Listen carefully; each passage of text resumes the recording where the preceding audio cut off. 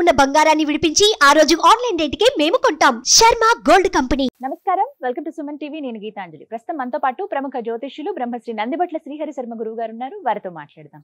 గురుగారు నమస్కారం అండి. వాగర్థావివ సంపృక్తౌ వాగర్థ ప్రతిపత్తయే జగతః పితరౌ వందే పార్వతీ పరమేశ్వరౌ. సదాశివసమారంభాం శంకరాచార్య మధ్యమాం అస్మదాచార్య పర్యంతం వందే గురు పరంపరాం. ఆదిత్యాయ చ సోమాయ మంగళాయ బుధాయ చ గురు శుక్ర శనిభ్యశ్చ రాహవే కేతవే నమః.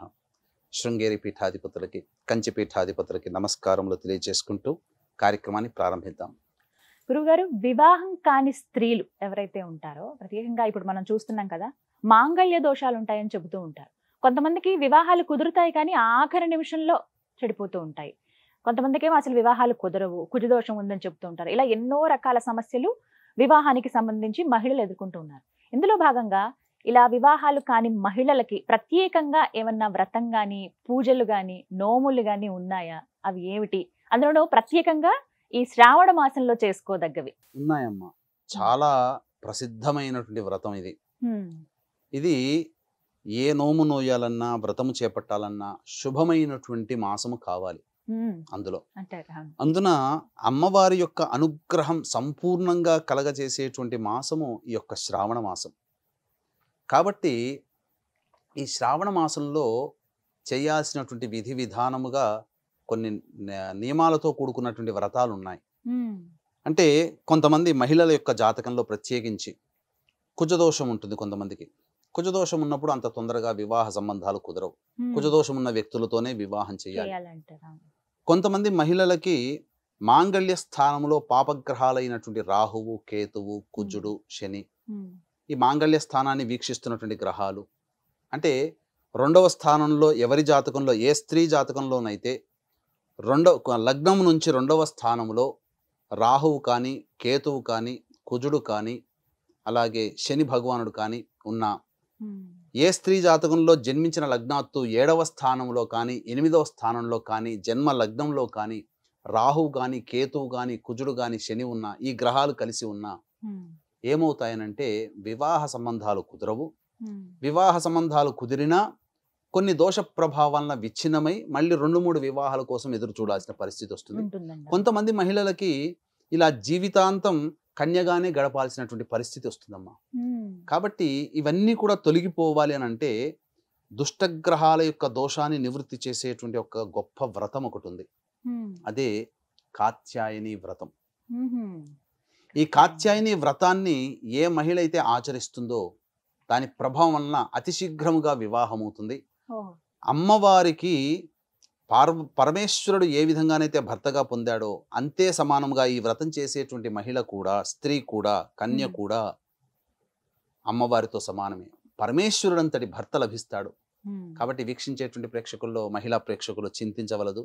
మీ అమ్మాయి యొక్క వివాహం జరగట్లేదేమో అని బాధపడదు. ఈ యొక్క శ్రావణ మాసంలో మంగళవారం రోజున ఈ యొక్క వ్రతాన్ని ఆచరించమంది. ఎందుకనంటే మంగళప్రదమైనటువంటిది మరియు మంగళుడు దోషముగా ఉన్నటువంటి జాతకాల్లో ఆ మంగళ దోషాన్ని తొలగించేటువంటి వారముగా మంగళవారం చెప్పబడి ఉంది. కాబట్టి ఈ యొక్క కాత్యాయని వ్రతాన్ని ఆచరించాలి.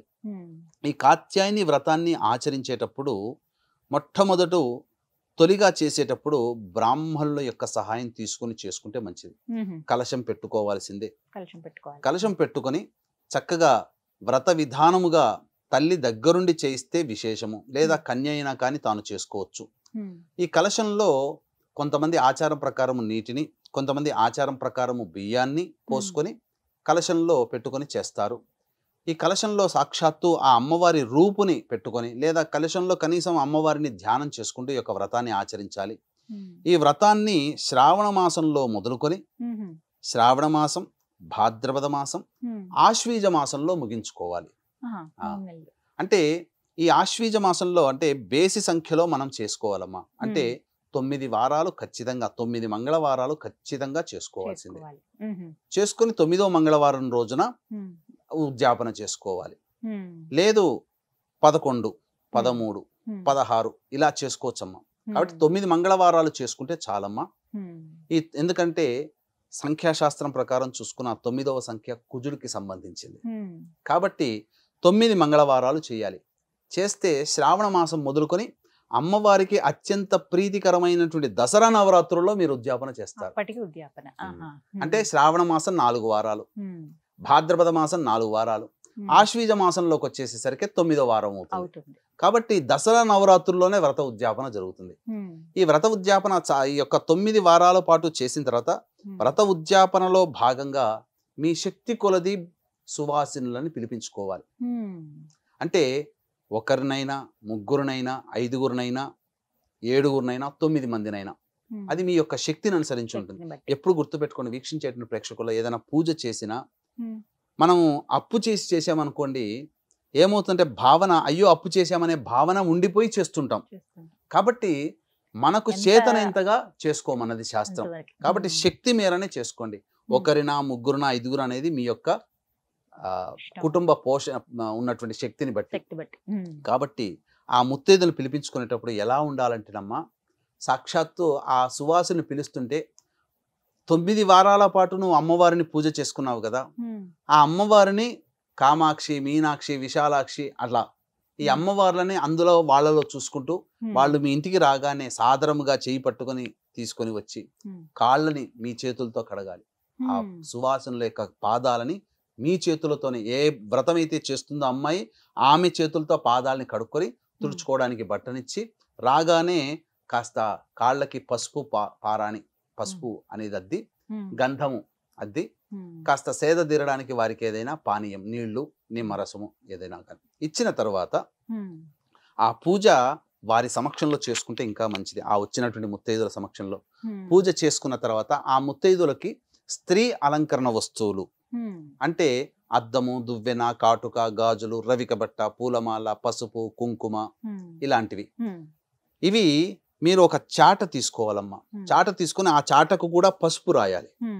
పసుపు రాసి దాంట్లో వస్త్రము పెట్టి, ఆ వస్త్రం అంటే శ్వేత వస్త్రం కానీ ఏదైనా కానీ పెట్టి, ఆ చెప్పినటువంటి సుగంధ వస్తువులు అంటే స్త్రీ అలంకరణ వస్తువులు, అద్దము, దువ్వెన, కాటుక, గాజులు, రవిక బట్ట, పూలమాల, పసుపు, కుంకుమ ఇవన్నీ ఇచ్చి దాని మీద మళ్ళీ వస్త్రం కప్పి అప్పుడు ఆ ముత్తైదువులకి, అంటే అవన్నీ పెట్టిన తర్వాత పూజలో పెట్టుకుంటాం కదా, పెట్టిన తర్వాత ఆ ముత్తైదువులకి అమ్మవారికి ఏ విధంగానైతే పూజ చేయాలి, పాద పూజ చేయాలి, వాళ్ళని కూర్చోబెట్టి కుర్చీలో కూర్చోబెట్టి ఆ పాద పూజ బ్రాహ్మడు చేస్తాడు.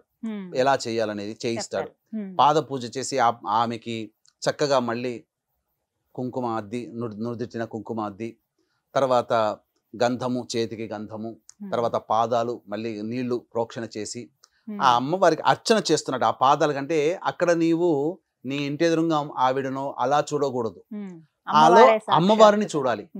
అర్చన చేసేటప్పుడు ఆ అమ్మవారి ఆమె పాదాల దగ్గర అమ్మవారికి పూజ చేస్తున్నట్టుగానే అర్చన చేసి పూలు జల్లి అప్పుడు ఇస్తినమ్మ వాయనం, పుచ్చుకుంటమ్మ వాయనం, ఎందుకు ఇస్తున్నాము అలా 3 సార్లు చెప్పుకొని, ఎందుకు ఇస్తున్నాం, నాకున్నటువంటి వివాహ దోషాలు తొలగి నాకు శీఘ్రంగా వివాహం కావాలి, నీకు ఆశీర్వచనం వివాహం అవుతుందని ఆ ముత్తైదు చేత అనిపించాలి 3 సార్లు. ఇస్తినమ్మ వాయనం, పుచ్చుకుంటమ్మ వాయనం అని 3 సార్లు చెప్పుకుంటూ, ఎందుకోసం చేస్తున్నావు ఈ వ్రతాన్ని నువ్వు చెప్పాలి. చేసే అమ్మాయి, నీకు ఈ వ్రతం యొక్క అనుగ్రహం కలుగుతుంది, అమ్మవారి అనుగ్రహం నీకు సంపూర్ణం కలుగుతుంది, ఆమె కూడా దీవించాలి. ఆ విధంగా దీవించిన చేసిన తర్వాత ఎంతమందికి శక్తి ఉంటుందో 1, 3, 5గురు, తర్వాత వాళ్ళకి భోజనం శక్తి ఉంటే భోజనం పెట్టండి. పెట్టి వాళ్ళకి తాంబూలం ఇచ్చి పంపించండి. దక్షిణ కూడా మీకు శక్తి కొలది కొంత ఇవ్వండి.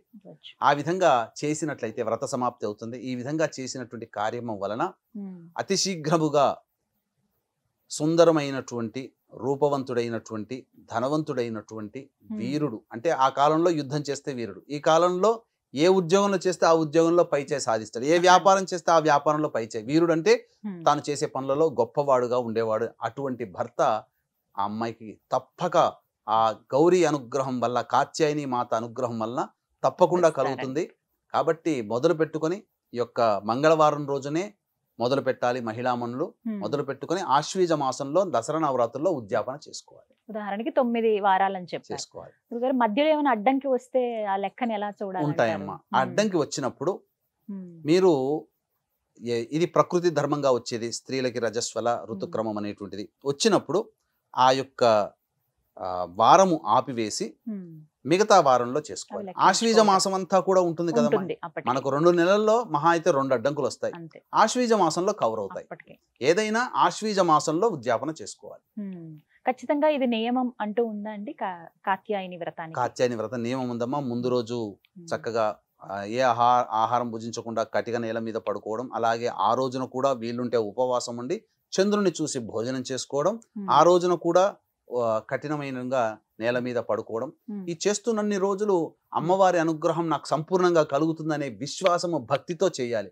2-3 వారాలు చేసేసి ఇంకా సంబంధాలు రాలేదేంటి అట్లా అనుకోకూడదు. నువ్వు చేయాల్సిందే విద్యుక్త ధర్మం నువ్వు చేయాలి. ఎన్ని వారాలు గురుగారు? 9 వారాలు చేయాలి. 9 అయితే ఆ పై అనేది వాళ్ళ ఇష్టం. ఈ విధంగా ఆచరించాలి. ఈ వ్రత విధానం అన్ని మనకి పుస్తకాలు దొరుకుతుందమ్మా. వ్రత విధానం కాత్యాయని వ్రతం అనే పుస్తకం దొరుకుతుందమ్మా. కాకపోతే అందులో ఒక చిన్న మిస్టేక్ నేను గమనించింది, ఆ పుస్తకంలో గమనించింది ఏంటనంటే, అందులో అమ్మవారికి ప్రాణ ప్రతిష్ఠ చేయాలి. అమ్మవారిని ఇప్పుడు మన ఇంట్లో పిలిచినప్పుడు కూర్చోబెడతాం కదా, నువ్వు అమ్మవారిని మంత్రంతో ఆహ్వానిస్తున్నావు, కూర్చోబెడుతున్నావు. మరి అమ్మవారు అక్కడ ఉండాలి కదా. ఉండాలంటే ప్రతిష్ఠిత మంత్రం అనే ఒకటి ఉంటుంది. ఆ ప్రతిష్ఠిత మంత్రం ఆ పుస్తకంలో లేదమ్మా. మరి ఎలా గురుగారు? అందుకనే మనకు భావన మనకంటే మనకు ఈ యొక్క వినాయక వ్రతకల్పం కానీ వరలక్ష్మి వ్రతకల్పంలో కానీ ప్రాణ ప్రతిష్ఠ మంత్రం ఉంటుంది. ఓం అసునీతే పునరస్మా శుచక్షు పునః ప్రాణమిహనో దేహి భోగం జోక్పస్యేమ సూర్యముచ్చరన్ తమనుమతే మృడయా ఆన స్వస్తి అమృతం వై ప్రాణ అమృతమాప ప్రాణ నేవయధాస్థానముపహ్వయతే అనేటువంటి ఒక మంత్రం. కాబట్టి ఆ మంత్రముతో చేసుకోవాలి. ఆ మంత్రం అనేటువంటిది మనకు వినాయక వ్రతకల్పంలో కానీ ప్రాణ ప్రతిష్ఠా మంత్రం అని ఉంటుంది, అందులో తీసుకోవచ్చు. ఎందుకంటే ఆ కాత్యాయని వ్రతం పుస్తకం ముద్రించిన వాళ్ళ దాంట్లో లేదు, నేను గమనించింది. మళ్ళీ వాళ్ళు ఏమైనా రివైజ్ ప్రింటెడ్ ఉంటే గనక మళ్ళీ దాంట్లో ముద్రించుంటారేమో, లేకపోతే కనీసం ఆ భావనతో మనం ప్రతిష్ఠ చేసేటప్పుడు ఆ తమలపాకుని అమ్మవారి కలశం మీద ఇలా పెడతాం కదా. ఈ 2 అంటే ఇది మృగముద్ర అంటారు, జింక ముద్ర. ఇలా పట్టుకొని ఇలా పెట్టినప్పుడు చూపుడు వేలు చిటికెన వేలు పైన ఆనిచ్చి మిగతా 3 వేలు పట్టుకొని ఆ 3 వేల మధ్యలో తమలపాకుని ఇలా పట్టుకొని ఆ కలశం మీద ఆనిచ్చి, నేను గౌరీదేవి, నేను నిన్ను నా యొక్క దోషము తొలగిపోవడం కోసం నేను ఈ వ్రతాన్ని ఆచరిస్తున్నాను కాబట్టి ఇందులో ఉపస్థితమై ఉండమ్మా అని ముమ్మారులు అనుకోవాలి. అనుకున్నా చాలా భావన చేసిన అమ్మవారు ఉపస్థితి అయి ఉంటుంది. ఈ చిన్న చిన్నవన్నీ ముందుగానే ఖచ్చితంగా వ్రతంలో ఇవి ఉండాల్సిందే అంటూ ఏమైనా వస్తువులు నియమంగా ఉన్నాయండి? ఖచ్చితంగా వ్రతము అని అన్నప్పుడు ఈ యొక్క అమ్మవారికి అందులో ఆ వ్రతం చేసుకోదలిచినటువంటి వస్తువులు ఉంటాయి. ఆ వస్తువులన్నీ సేకరించుకొని చేసుకునేదేనమ్మా. ఫోటో ఏది పెట్టుకోవాలి? పూర్వకాలంలో అంటే ఇప్పుడంటే ఫోటోలు వచ్చాయమ్మా. పూర్వకాలంలో కలశమే. ఎందుకంటే దేవతల శక్తి ఎక్కడ ఉంటుందంటే నీటిలో ఉంటుంది. కాబట్టి ఎక్కడ పూజలు ఎక్కడ బాగా ఎక్కువగా చేస్తారో ఆ నీరు అక్కడికి ప్రవహిస్తుంది. అది అంతే. ఇప్పుడు మీకు ఆంధ్ర ప్రాంతంలో ఎక్కడెక్కడి నుంచో ప్రయాణమై ఆంధ్ర ప్రాంతం గుండా వెళ్తాయి కదా ఎక్కువ పూజలు. ఎందుకంటే అక్కడ ఒక ఊళ్ళో 10 దేవాలయాలు ఉంటాయి. దేవతారాధనలు ఆంధ్రాలో ఎక్కువగా బాగా చేస్తారు, ఇష్టంగా చేస్తారు. కాబట్టి మనం కూడా చక్కగా ఎంత దేవతారాధన చేస్తే అంత భక్తి. అందుకనే కలశంలో నీటిని మనం పెడతాం. ఎందుకంటే నీరే జీవనాధారం కాబట్టి నీరే శక్తి, నీరే దైవం. అందుకనే ప్రతి పూజ చేసినా కూడా వరుణ పూజ చేస్తారు. వరుణుడు అంటే ఎవరమ్మా? మళ్ళీ నీరే. వరుణ పూజతోనే ప్రారంభమవుతుంది. గణపతి పూజ అయిన తర్వాత మిగతా పూజలన్నీ వరుణ పూజతో స్టార్ట్ చేస్తారు. ఈ విధంగా కాత్యాయని వ్రతాన్ని ఈ విధంగా ఆచరించాలి. చాలా చక్కగా వివరించారు గురుగారు. ధన్యవాదాలు. సర్వం శ్రీ ఉమామహేశ్వర పరబ్రహ్మార్పణమస్తు.